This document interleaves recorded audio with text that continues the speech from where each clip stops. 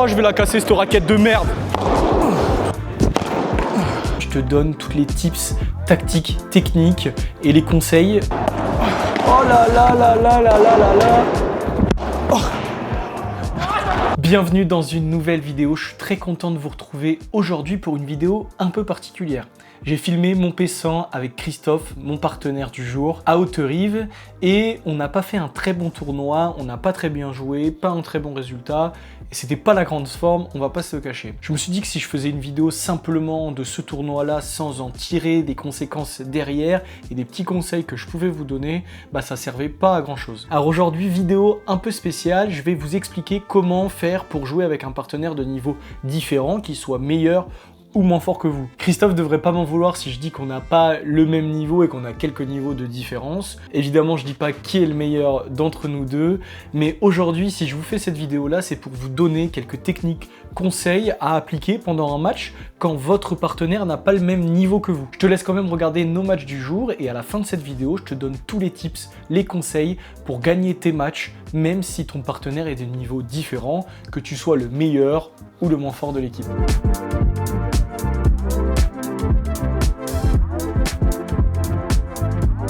Allez, on est parti pour ce quart de finale. On rentre directement en quart de finale parce qu'on est tête de série 2. Il y a seulement 12 équipes. Et là, on va jouer contre la tête de série 8. Donc normalement, on est favori sur le terrain. Mais attention, Axel qui joue à droite en face est un bon petit joueur qui a commencé le paddle il n'y a pas très longtemps, si je ne dis pas de bêtises. Et il s'améliore de plus en plus. Donc c'est un match où il va falloir faire très attention. L'autre joueur, je ne le connais pas du tout. Belle descente de vite là au milieu. Mais dans tous les cas, normalement, on sait que c'est une équipe qui peut défendre un peu moins bien, qui peut nous donner des balles pour que moi je puisse taper. Donc c'est là-dessus qu'on va simplement essayer de mettre la balle dans le terrain. C'est ce que j'ai dit à Christophe. Te prends pas trop la tête. On verra après si on gagne ce match-là, pour les matchs d'après, d'en mettre un peu plus. Là, voilà. Moi, je pose juste mes volets. J'essaye de pas trop en faire. Vous allez voir que ça c'est important quand vous jouez avec un joueur de niveau différent, je l'ai déjà dit, mais il faut éviter de trop forcer quand vous êtes le meilleur joueur de l'équipe et du coup si vous forcez vous allez faire des fautes. Ça c'est bien tapé, ça sort très bien à Haute-Rive, donc là-dessus je me régale et là c'est Punto, ouais, j'avance bien, belle zone trouvée, une balle qui remonte et j'avance bien, ça fait 5-1. Je vous passe assez rapidement le match parce que c'est pas un match ultra intéressant. Clairement, on n'a pas très bien joué. Même en face, ils n'ont pas ultra bien joué. Je pense qu'ils pouvaient jouer mieux que ça. Nous, c'est pareil. Allez, je change, je ferme au dernier moment. Celle-là, elle est belle. J'en avais déjà fait une ou deux au milieu. Je pense qu'ils s'attendaient à ce que ça arrive au milieu.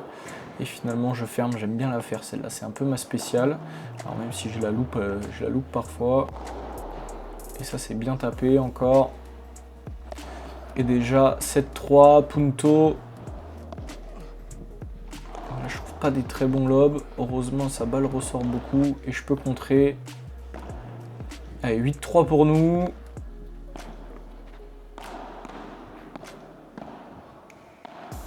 Un duel volé là et des balles qui remontent. Ouais, bien joué. Elle est bien posée au milieu. Celle-là, Christophe, elle est parfaite. Et il finit avec un ace. C'est parfait. Direction les demi-finales. Allez, on est parti pour cette demi-finale contre Bruno et je n'ai pas le prénom de l'autre joueur, mais en tout cas Bruno qui est dans ma diago, un bon joueur, un très bon joueur qui gagne souvent des P100. Donc à nous de faire le taf là. Moi il va falloir que je tape bien, que je trouve les bonnes zones. Christophe qui fasse jouer, voilà c'est vraiment ce que je lui ai dit, fais jouer ta diago. Sa diago il nous fait pas extrêmement mal, il est capable de finir quelques points, mais dans l'ensemble on arrive à défendre la plupart des choses. Lui Bruno est un peu plus chiant au-dessus de la tête. Il nous fait un peu plus mal, donc faut pas hésiter à jouer. Et là, il joue bien en face de lui pour repartir sur moi. Et là, j'arrive à bien taper. Ça sort très bien à Haute-Rive, donc ça fait plaisir. Attention parce qu'on va faire la course à l'arrière. C'est eux qui ont commencé à servir. Donc si on pouvait prendre notre jeu, ça serait bien pour les recoller là d'entrée et pas leur donner. Belle zone. Oh là là j'ai plus qu'à finir. Et justement, c'est parce que je veux finir que je fais cette faute, donc c'est vraiment dommage. C'est vraiment dommage. Bon, je me prends pas la tête, je lobe. Ouais, belle grille là de trouver de Bruno. Il enchaîne. Je défends, ouais, double vitre. Ça rebondit beaucoup. C'est une belle zone de trouver. Ouais, bel enchaînement. Très bien joué de Christophe là, qui va chercher les pieds. Là, on part sur un punto. Un bon retour de ma part. Je trouve les pieds encore, j'avance bien et je tape. Ouais, ça c'est très très bien joué. 4-3 et on passe directement à 6-4. On se fait, il débreak d'entrée derrière et il nous rebreak. Et ça c'est pas cool parce que 7-4 alors qu'on break à 3-3. C'est vraiment dommage de notre part. Mais allez, c'est pas grave, on les a déjà briqués. Même si on joue un peu moins bien là, à nous de retrouver des solutions. Et déjà 40-15 pour eux. On a du mal à défendre là de plus en plus. Ils trouvent des belles volées, de la belle longueur. Ils nous embêtent bien. Et déjà 30-40. Allez, essayez de sauver cette balle de match là pour les faire servir. Et après, on sait jamais derrière. Les faire jouer. Je m'arrache. Là, j'arrive pas à trouver. On n'arrive pas à trouver un bon lob là, hein, pour les faire reculer. Ça, c'est bien joué de la part de Christophe de revenir en bas pour qu'il nous remette une balle qui monte. Là, je trouve un bon lob, mais ça relobe très bien derrière. Oh là là, c'est dommage. Défaite en demi-finale. On est parti pour ce match pour la place 3-4 et un très beau match qui nous attend puisqu'on va jouer contre Julien à droite, qui est un très très bon joueur. Je ne sais plus son classement exact, mais j'ai gagné un P100 la dernière fois avec lui et c'est un très très bon joueur. Et Yoni, qui je pense va devenir aussi un très bon joueur. Et attention, regardez Julien ce qu'il nous fait, une double faute d'entrée, c'est filmé, c'est pour ça que je la laisse, c'est pour lui. Ça fait plaisir, je la laisse celle-là. Bon, c'est pas le plus important, on fait punto d'entrée, ça serait bien de le prendre, et on le prend pas. Donc comme je disais, deux très bons joueurs, là ça va être vraiment compliqué. Alors les deux peuvent faire mal au-dessus de la tête, à la volée c'est pareil. Peut-être que Yoni est un peu plus jeune, un peu moins habitué à ce genre de match-là, et peut avoir plutôt des phases de très bonnes phases et des phases un peu moins bonnes. Donc c'est peut-être aussi pour ça ce que j'ai dit à Christophe, de quand il peut jouer sur Yoni, alors que Julien là, il trouve une super zone. Parce que Yoni est capable de très très bonnes choses et derrière il peut nous donner quelques points. Donc le faire jouer, je lui ai dit, moi je vais jouer la régularité, je vais le faire jouer un maximum. Alors que Julien dans l'ensemble, normalement, il fait que très très peu de fautes. Et là, on n'arrive pas non plus à trouver... Ouais, ça c'est bien joué. Je mets une petite chiquita, je ravance derrière, la balle remonte et je finis tranquillement et je veux pas finir. J'ai l'intention de ne pas finir et c'est ça qui est important, c'est que je dépose la balle. Comme ça, elle rebondit pas trop. Allez, je trouve un bon lob là. Et j'envoie la sauce derrière. Ça, c'est parfait. Et on revient sur un punto. Pas un très bon lob de ma part là. C'est pas très bien joué. Et Yoni qui va venir jouer sur Christophe. Allez, celle-là, elle est belle par contre. Ouais, ça c'est bien joué. Ça fait plaisir. On break quasi d'entrée. Et déjà 3-1 pour nous. 40-0 pour eux. Mais on a fait le break, c'est important là. C'était important de faire ce break. Et Julien qui du fond arrive à bien manœuvrer, nous faire bouger. Et il trouve le bon lob. Et Yoni qui tape derrière, c'est contré. Voilà, et Julien il se fait avoir un petit peu. Ils prennent quand même leur jeu, hein. Ils prennent quand même leur jeu. C'est mérité.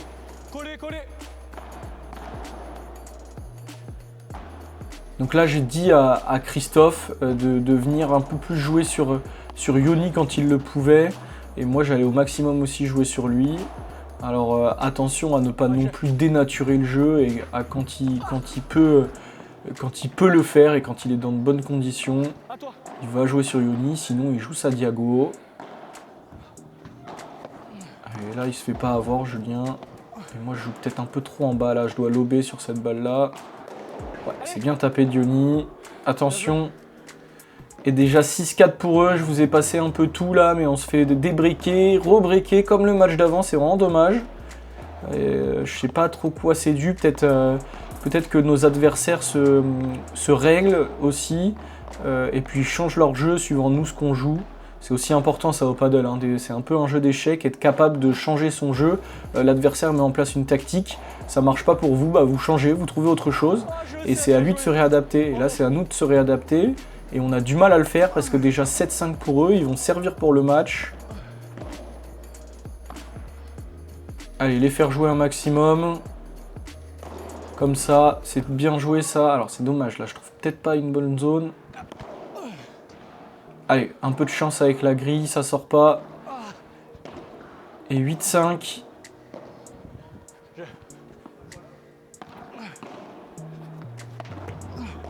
Ouais, je m'emballe un peu là. Ça part dans tous les sens. Et ce lob qui sort. 8-6. On les fait servir pour le match. C'est pas mal. Allez, je trouve un bon lob. Revenir. Allez, je trouve pas assez de longueur là sur mes vibora. Cette volée, elle est très belle de la part de Christophe. Et moi, je m'emballe, je veux faire une Quello. Ioni s'emballe aussi. Ça part dans tous les sens, encore une fois. Bon, elle est magnifique celle-là. Et Julien qui plonge, qui revient. Oh là là là là là là là là. Quel point, quel point. À ce moment-là, ça fait 30-30 sinon. Et là, on est 45 balles de match. Et c'est gagné. On finira 4e de ce tournoi. Maintenant, je te donne tous les tips tactiques, techniques et les conseils pour jouer avec un partenaire de niveau différent. Comme tu le sais, le paddle, ça se joue à deux et c'est un sport qui est très tactique. Et c'est sans doute la chose la plus compliquée à gérer quand on a une différence de niveau dans l'équipe, que ça soit le joueur le plus fort ou le moins fort. Les deux vont vouloir surjouer, les deux vont avoir envie de montrer à l'autre de quoi ils sont capables. Le joueur, le meilleur sur le papier, lui, va vouloir écourter les points, en faire plus et sans doute faire plus de fautes. Et le joueur le moins fort va vouloir aussi être au niveau, se mettre au niveau de son partenaire, et des fois il va vouloir tenter des choses plus compliquées et aussi faire des fautes. Le premier tips, ça va être la communication, et même si c'est quelque chose qui est important dans toutes les équipes, ça va être encore plus important ici. Dis de quoi tu es capable à ton partenaire, tes points forts et tes faiblesses. Si tu es le meilleur joueur de l'équipe, n'hésite pas à guider ton partenaire, donne-lui des conseils comme par exemple lobe plutôt le joueur de droite ou fais-leur jouer des volées de revers. Ça va être hyper important pour lui de se reposer sur toi. Mais attention à ne pas non plus lui donner trop de conseils parce qu'il pourrait se perdre et du coup trop réfléchir et faire plus de fautes. Si tu es le joueur le moins fort, tu as aussi le droit de donner des conseils à ton partenaire. Souvent quand on est dans le jeu, et bien même si on est le meilleur de l'équipe, on se rend pas forcément compte de certaines choses, donc n'hésite pas aussi à lui donner des conseils, mais aussi en termes de communication, n'hésite pas à lui dire si c'est trop pour toi et que si t'es pas à l'aise avec un coup particulier, tu vas pas forcément le faire pour éviter de faire des fautes. La confiance, comme le point juste avant, c'est hyper important dans toutes les équipes, mais encore plus ici.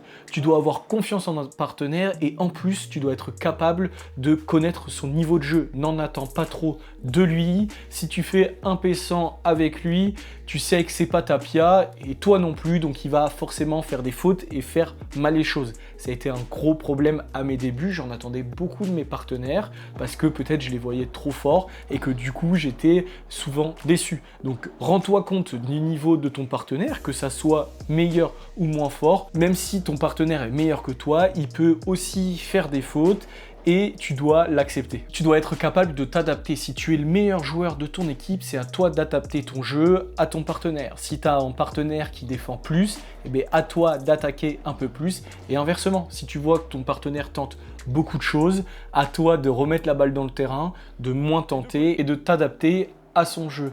Tu dois aussi être capable de faire des coups qu'il n'aime pas faire. Imaginons qu'il est dans un jour où il n'arrive pas à lober, à toi de lober, de prendre les bonnes balles pour le mettre dans les meilleures conditions. Bon, je viens de te donner tous les conseils mentaux qu'on peut appliquer dans ce cas-là, mais le paddle, vous le savez, c'est beaucoup de tactique et là, ça va être très important de mettre plusieurs choses en place. Au niveau du placement, on va essayer de mettre le meilleur joueur à gauche parce que c'est celui qui va pouvoir prendre le plus de balles, comme il a son coup droit au milieu. Évidemment, dans ce cas, c'est quand on a deux joueurs qui sont droitiers. Si vous êtes gaucher, le principe va être inversé. Vous devez vous mettre à droite si vous êtes le meilleur joueur. Attention quand même à ne pas trop changer vos habitudes. Et si vous êtes le meilleur joueur et que vous jouez d'habitude à droite et que votre partenaire joue à gauche, vous pouvez le tenter comme ça. Et ça peut être aussi une bonne chose de rester dans les meilleures conditions des deux joueurs et dans les habitudes de jeu. Ça peut être compliqué pour un joueur de droite d'aller à gauche et inversement. Même si à notre niveau, il faut quand même pourrait même être capable de jouer des deux côtés. Si vous voulez gagner vos matchs, évidemment, vous allez essayer de faire jouer au maximum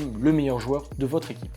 Et pour ça, il y a plusieurs choses à mettre en place. Une équipe en face qui vous voit avec une différence de niveau va logiquement jouer sur le joueur le plus faible. Ça peut se comprendre, surtout en tournoi.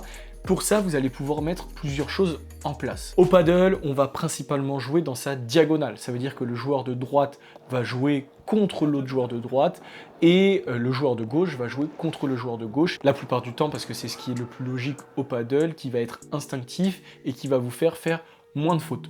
Pour contrer ça, si vous êtes le joueur le plus faible et que vous jouez à droite par exemple, vous allez au maximum jouer sur le joueur en face de vous et jouer sur le joueur de gauche. Ce qui va permettre de changer la diagonale et de faire repartir le jeu sur un duel joueur de gauche plutôt que sur joueur de droite, où là ça va peut-être être plus compliqué. Si vous êtes le joueur le plus faible et que vous avez du mal à jouer en face de vous, il y a une autre technique aussi. Au paddle, un des principes de base va être de jouer au maximum sur le joueur qui est au fond. Ça veut dire que si on est d'un côté que les autres joueurs ont un joueur en décalé, donc un au fond et un au filet, on va jouer sur le joueur qui est au fond parce que il va beaucoup moins nous mettre en danger. Pour ça, si vous êtes le joueur le plus faible, n'hésitez pas à monter au filet, laissez votre joueur de gauche au fond, il va pouvoir plus facilement faire le jeu, faire ce qu'il veut et vous allez normalement faire moins de fautes parce que vous allez avoir des balles plus faciles au filet. Attention quand même à ne pas monter à l'abordage et monter au bon moment. On arrive à la fin de cette vidéo, j'espère que cette vidéo vous a plu. Moi j'ai aimé la faire et changer un peu de ce format full tournoi. J'espère que ces petits matchs vous ont plu quand même et que tous les petits tips vous allez pouvoir les mettre en application pendant vos matchs, vos tournois et gagner tous les matchs que vous faites. Évidemment, il y a plus de vidéos comme ça qui vont arriver où je vous donne des conseils, voilà, de mon expérience que j'ai eu au paddle, que ça soit tactique, technique, mental, même si c'est pas trop mon point fort. Moi, je vous dis à très vite pour une prochaine vidéo. N'hésitez pas à vous abonner, à mettre un commentaire et à liker cette vidéo. Ciao.